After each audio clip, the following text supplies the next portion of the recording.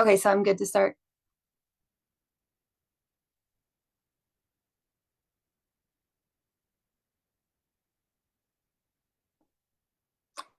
Okay.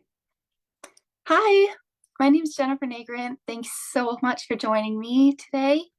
I'm here with Autism Connect, and I am so happy to be helping out. I have a presentation here regarding workforce excellence and challenges. Give me one moment. I'm going to share my screen here.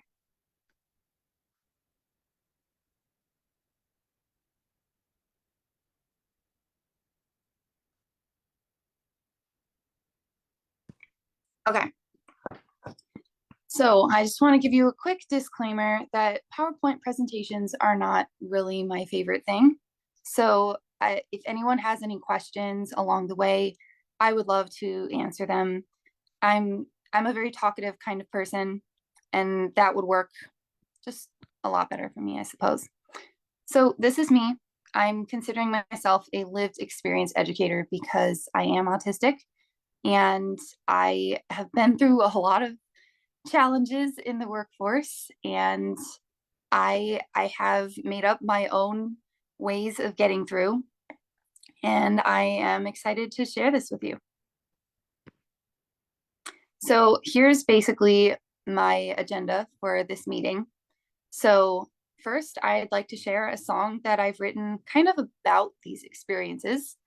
And then I want to talk about strengths and weaknesses, how we can use those to try to find the best job fit. And then once we're in a job, how we can find accommodations that best fit who we are so that we're not changing who we are for a particular job. That leads us to finding the best fit for a job. And then different kinds of advocacy for yourself as a neurodivergent individual, or advocacy for others who are neurodivergent. And just a reminder, feel free to ask any questions throughout. I would say just ask them in the chat, or I'm not sure if it's possible to unmute yourself. So just if you have a question, just ask. Okay, so we can start with this song. Okay, so this is a song I wrote 3 years ago.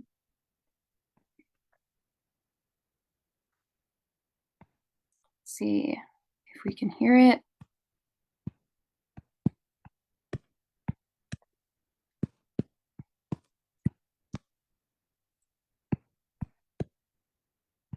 Okay, it doesn't look like the song is working. Well, okay, I'll just show the lyrics then. I'll just keep it on the screen for maybe like 30 seconds.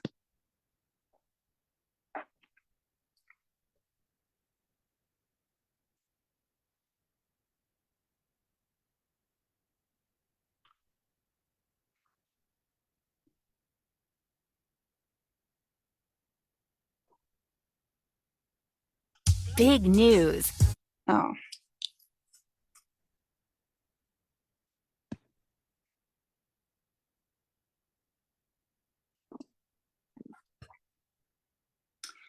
Okay.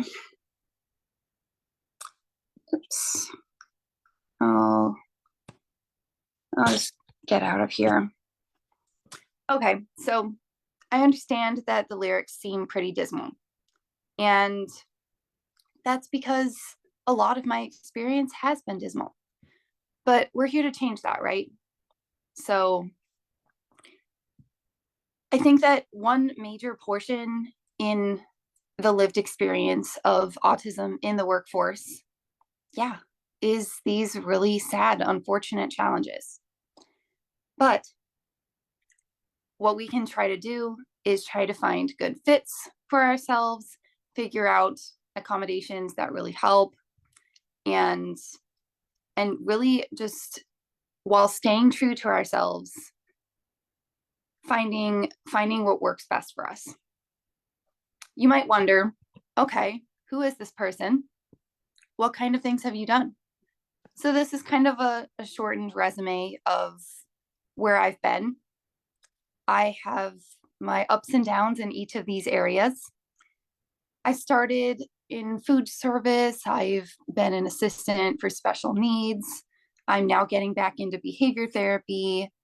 I really enjoyed being a research assistant. That worked really well for me, especially being an assessor, helping with individual tests and doing the same thing over and over, figuring out my niche and getting really good at it. Administration. And I was also really good at being a field director. So that's when I had the chance of delegating, training my team, all kinds of skills that I had identified in myself to be really good at. Now, this leads me to knowing your own strengths. Here's when I just did an inventory of myself. Here's some things that I came up with.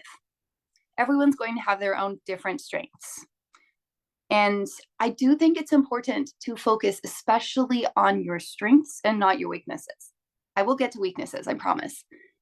But I think that the important thing here is your strengths are part of who you are. This is part of what you were made to be, the things that you are good at, the things that you are naturally good at. And you can use these to hone in finding a job. And when you're in that job, you can use these to figure out the best ways to accomplish that job. For example, I have on here efficient when given proper guidance. It's going to be essential for me when I'm in a job to be under a supervisor who understands that I am efficient when given proper guidance. That means I need to advocate for myself to have proper guidance. I need to get the clarification that I need. And I need to be allowed to do my job in the way that allows me to maximize efficiency. If someone doesn't think that I'm efficient when given proper guidance, there's something wrong happening there. This leads me to perceived and real weaknesses, but I really want to focus on perceived. So these are kind of a list of complaints that I have received over my life of different problems that I have. And they may or may not be based in fact, but I think a lot of them have to do with this one here: makes neurotypicals feel uncomfortable. This is pretty important because you might feel like you're doing fine in your job, but then a neurotypical might think that you're not being neurotypical enough. And they're never going to phrase it that way because it's rude. And quite frankly, it is rude. But this is the majority of society. And so it is important for us as autistics to make neurotypicals not feel uncomfortable. Now, this sounds so absurd. I am aware that it doesn't sound like it makes sense. But this is why we have to figure out our own niche and figure out what specific things that we need. Leading me to accommodations.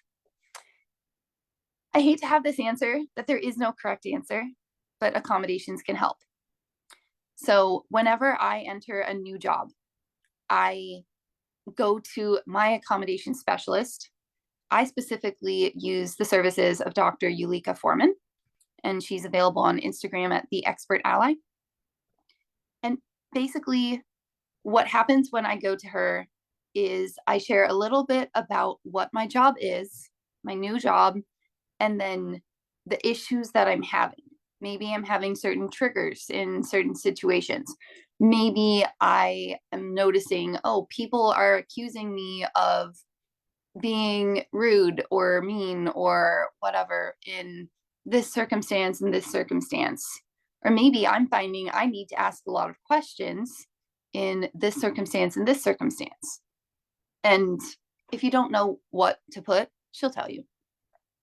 So I do highly recommend finding a person to be your accommodation specialist. This is how I keep my jobs. And there's there are a few things that you can do when you're in a job to ensure that you keep that job, right? If you're like me and your motto is constantly changing, constantly improving, then one of the things that you're going to do is simply exist and notice patterns and improve yourself. Unfortunately, these are patterns that the neurotypicals don't necessarily see. They might not. It really depends on the person.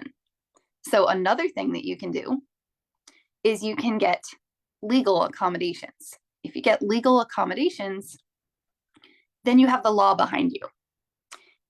You have to be careful with this one because it's in a way, it's almost like forcing people to give you what you need.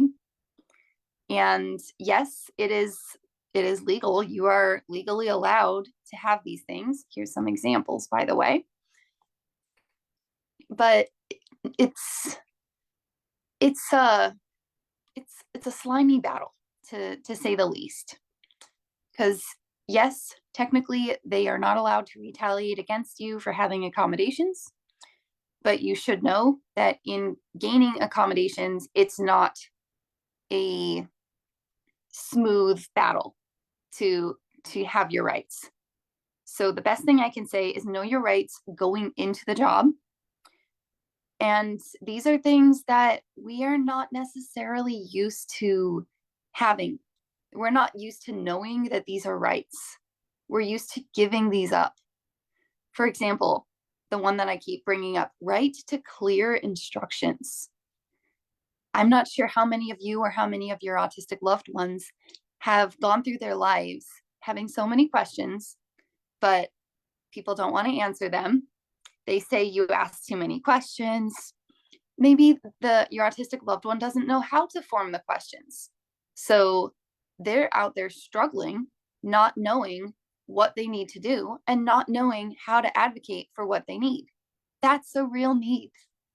It's important to be given those clear instructions. And there's not a lot of clear instructions that are given, in my experience, in the neurotypical world. You have to advocate for that. And people will have different ideas, even including in behavior therapy. And I know a lot of you have learned a lot about ABA therapy.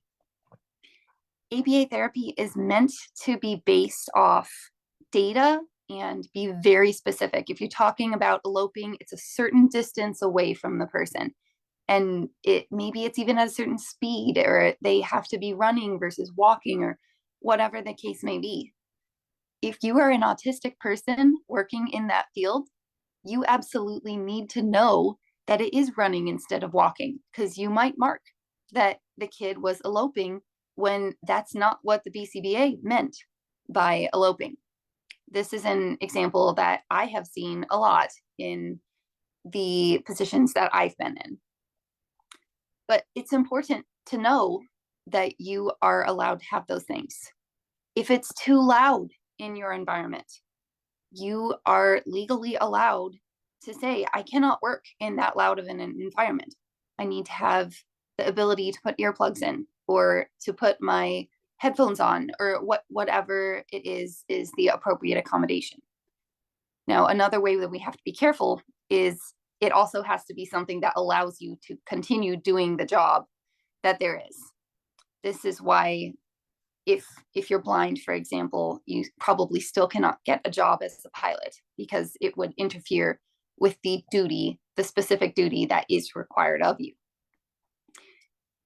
But that's part of the job of yourself and your loved ones and your accommodation specialist, to help prove and make sure, no, I can still do the functions of this job.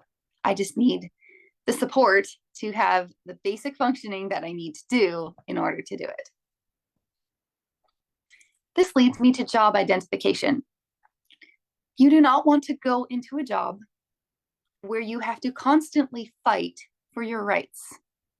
Go into a job where your autism is your strength.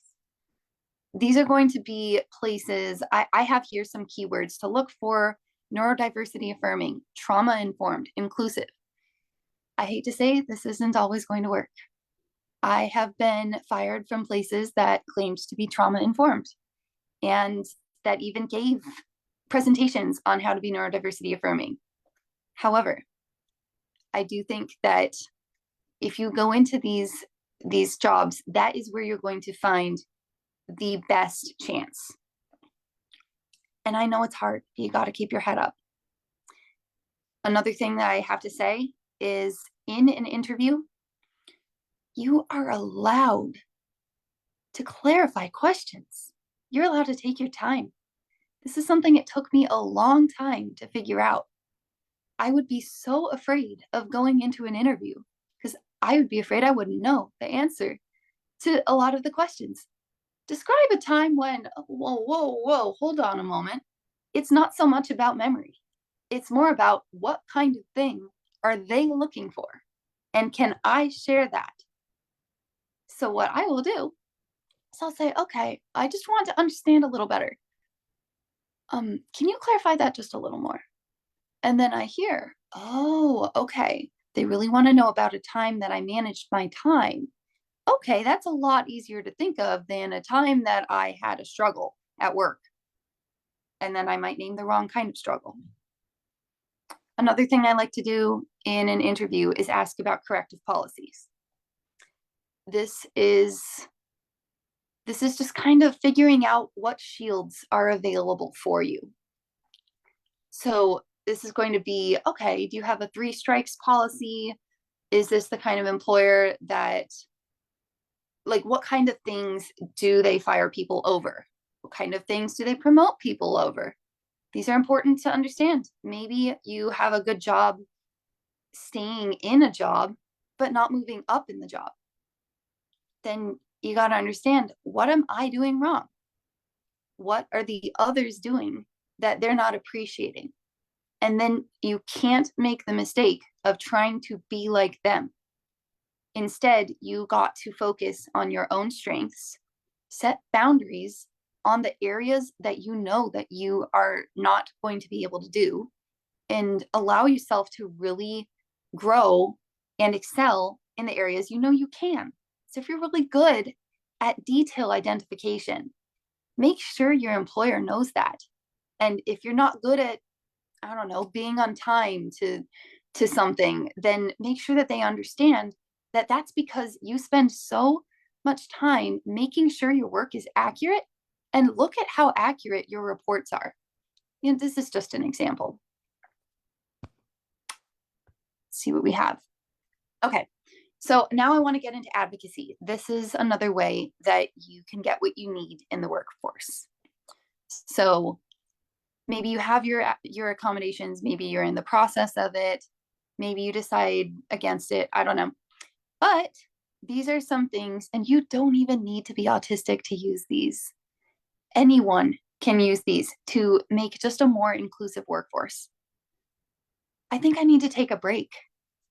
Now, you could have an accommodation for that. Can you please clarify? Sharing that you have, or that you are experiencing tension with a specific coworker. And I want to add, please be true to yourself. Do not force yourself into fight or flight.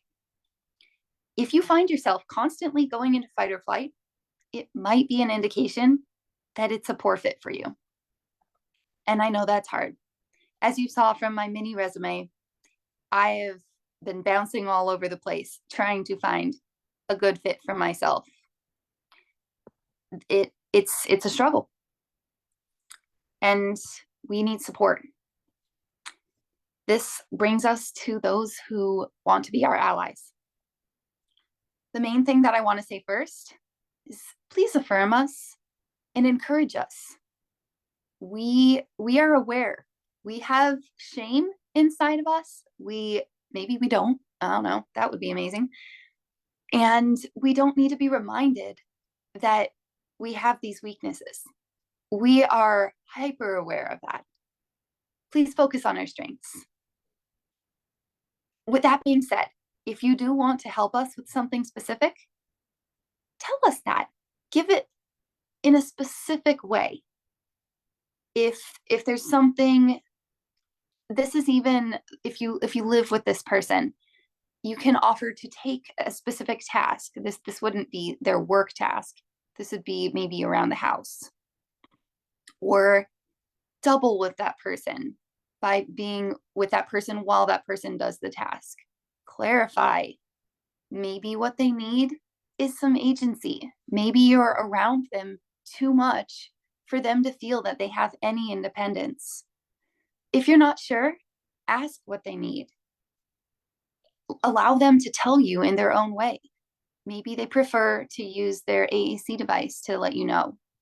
Maybe they're just going to put up a hand signal like stop. They need to feel safe enough to do these things in front of you. And this brings me to have our backs, but don't take over for us. If we are capable of speaking for ourselves, we would like to. And I think, yes, I think that's the end of my presentation that I have here. So I would love to know if anyone has any questions.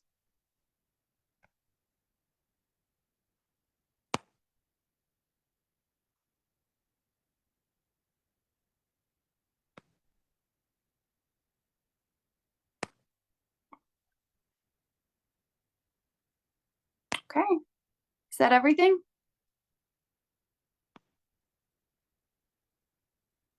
Thank you so much for joining us. And thank you so much for the invitation to be part of this. I really appreciate it.